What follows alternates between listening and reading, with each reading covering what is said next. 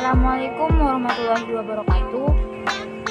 Kami dari kelompok 1 akan memaparkan isi makalah kami dalam Prodi Perbankan Syariah dengan mata kuliah Ekonomi Makro Islam, dosen pengampu Ibu Hidi Aini ME. Di sini kami akan memaparkan isi makalah kami yang berjudul Dasar-dasar Ekonomi Makro dalam Perspektif Islam. Sebelum kami memulai pemaparan isi makalah kami, kepada teman-teman semuanya jangan lupa di like, comment, and subscribe. Happy watching.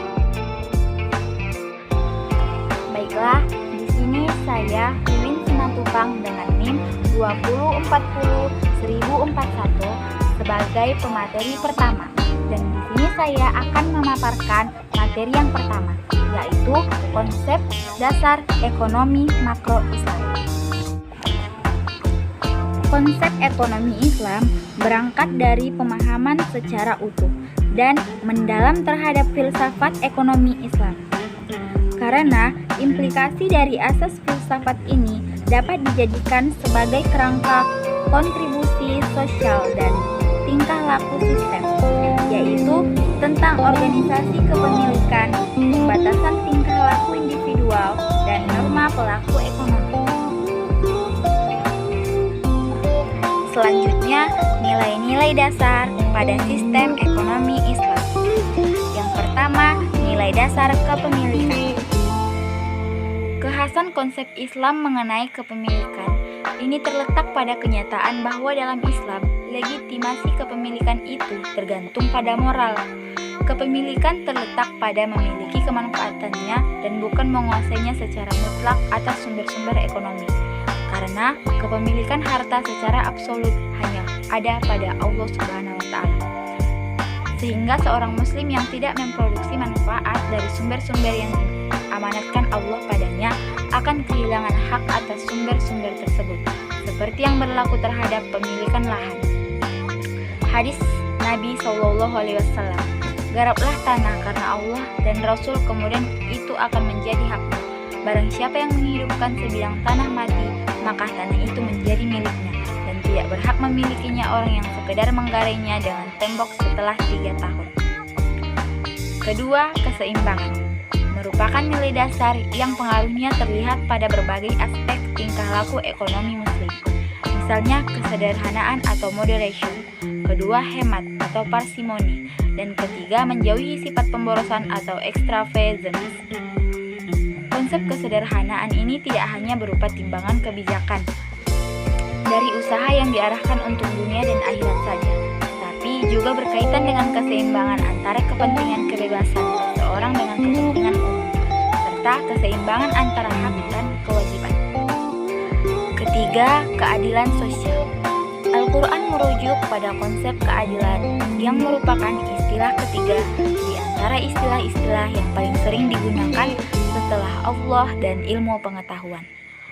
Boleh jadi keadilan dianggap sebagai konsep yang lebih luas di mana keadilan sosial memperoleh kedudukan utama.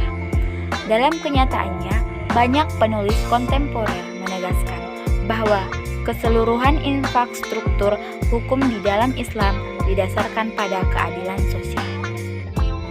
Selanjutnya, ekonomi makro Islam. Ekonomi makro Islam adalah ilmu yang membahas permasalahan kebijakan ekonomi secara makro berupa pengelolaan dan pengendalian sesuai dengan ajaran Islam.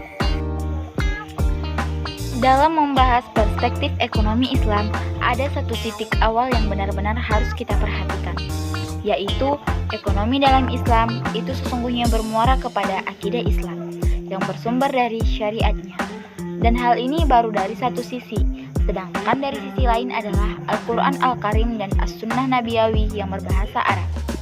Karena itu, berbagai terminologi dan substansi ekonomi yang sudah ada haruslah dibentuk dengan disesuaikan terlebih dahulu dalam kerangka Islami, atau dengan kata lain harus digunakan kata dan kalimat dalam bingkai lugawi supaya dapat disadari pentingnya titik permasalahan ini.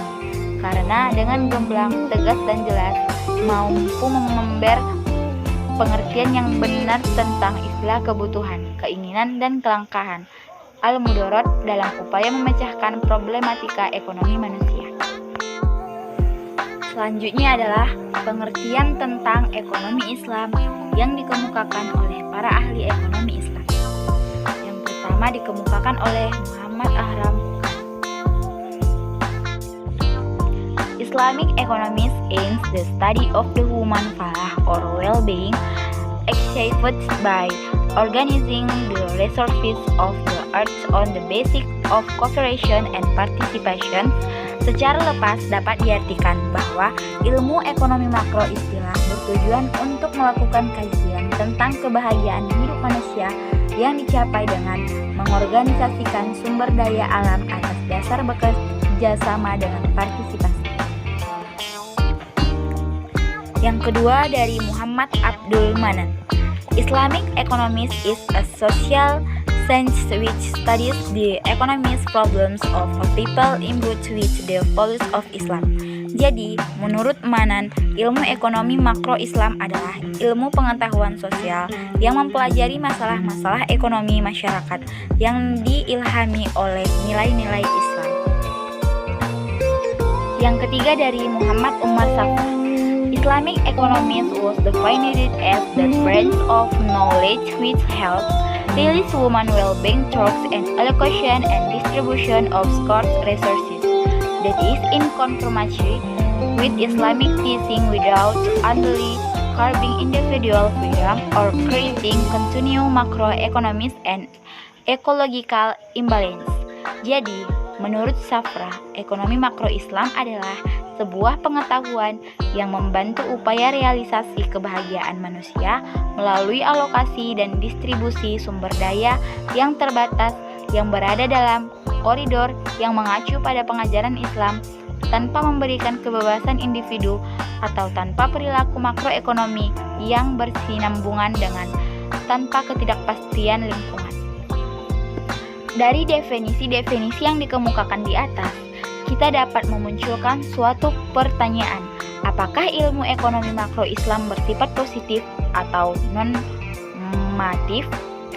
Menurut Safra, ekonomi Islam jangka terjebak oleh pendekatan positif dan normatif, karena sesungguhnya pendekatan itu saling melengkapi dan bukan saling menafikan. Sedangkan Manan mengatakan bahwa ilmu ekonomi makro Islam adalah ilmu ekonomi positif dan normatif. Jika ada kecenderungan beberapa ekonom yang sangat mementingkan positifme dan sama sekali tidak mengajukan pendekatan normatif atau sebaliknya, tentu sangat disayangkan.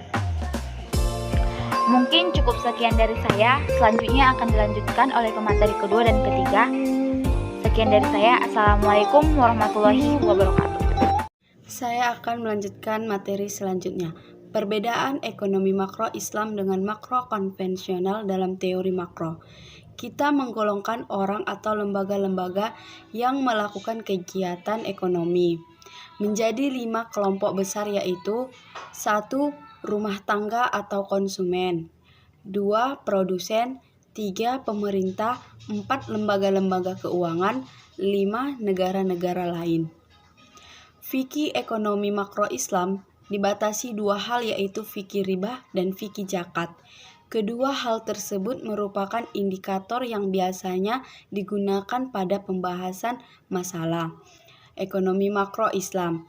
A. Fikih riba. 1. Tindakan atau praktik peminjaman uang dengan tingkat suku bunga yang berlebihan dan tidak sesuai dengan hukum. 2. Suku bunga dengan rate yang tinggi. Seperti yang dijelaskan di dalam Al-Quran surah Ali Imran ayat 137 yang artinya, wahai orang-orang yang beriman, janganlah kamu memakan riba dengan berlipat ganda, dan bertakwalah kepada Allah agar kamu beruntung.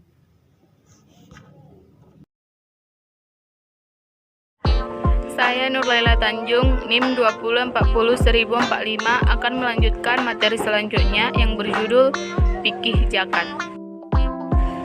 Zakat secara etimologi atau lugat. Zakat memiliki beberapa makna, antaranya adalah suci. Sesungguhnya beruntunglah orang yang menyucikan jiwa itu.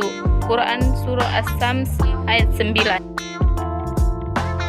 Selain itu, zakat dapat bermakna tumbuh dan berkah. Secara syar'i, zakat adalah tertentu yang diwajibkan dalam syariah terhadap harta orang kaya dan diberikan kepada orang yang berhak menerimanya.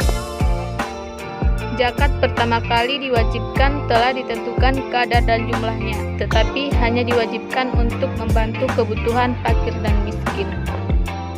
Namun setelah Nabi hijrah ke Madinah, diberlakukanlah beberapa ketentuan dengan syarat yang harus dipenuhi dalam zakat, yaitu 1. Islam, 2. Sempurna ahliyahnya, 3. Sempurnanya kepemilikan, 4. Berkembang, 5. Nisab, 6. Haul. Dapat dilihat dampak ekonomis aplikasi zakat dalam implementasinya mempunyai efek dominan dalam kehidupan masyarakat. Di antara dampaknya adalah 1. Produksi. Sementara itu, zakat juga mendorong kualitas dan kuantitas tenaga kerja. Meningkatnya produksi dan kesempatan kerja itu akan meningkatkan pendapatan masyarakat berupa upah, keuntungan produksi, dan lainnya sebagainya. Dengan demikian, zakat dapat meningkatkan ekonomi masyarakat secara berlipat ganda. 2. Investasi. Meningkatnya permintaan agregat akan menarik peningkatan investasi. Di sisi lain, zakat juga secara agregat mendorong tabungan dan investasi. Meningkatnya investasi ini akan meningkatkan produksi dan kesempatan kerja. Sementara itu, zakat juga mendorong kualitas dan kuantitas tenaga kerja. 3. Lapangan kerja. 4. Pertumbuhan ekonomi. Secara umum, dana zakat yang diterima oleh mustahik akan meningkatkan daya belinya. Peningkatan ini akan mendorong peningkatan produksi barang dan jasa. Peningkatan ini akan mendorong peningkatan kapasitas produksi yang pada akhirnya secara agregat akan mendorong pertumbuhan ekonomi nasional. 5. Kesenjangan sosial. Mungkin cukup sekian pemaparan makalah kami. Semoga kita mendapatkan ilmu yang bermanfaat. Bila ada kata yang salah, kami minta maaf. Kepada Allah kami mohon ampun. Saya akhiri dengan salam. Assalamualaikum warahmatullahi wabarakatuh.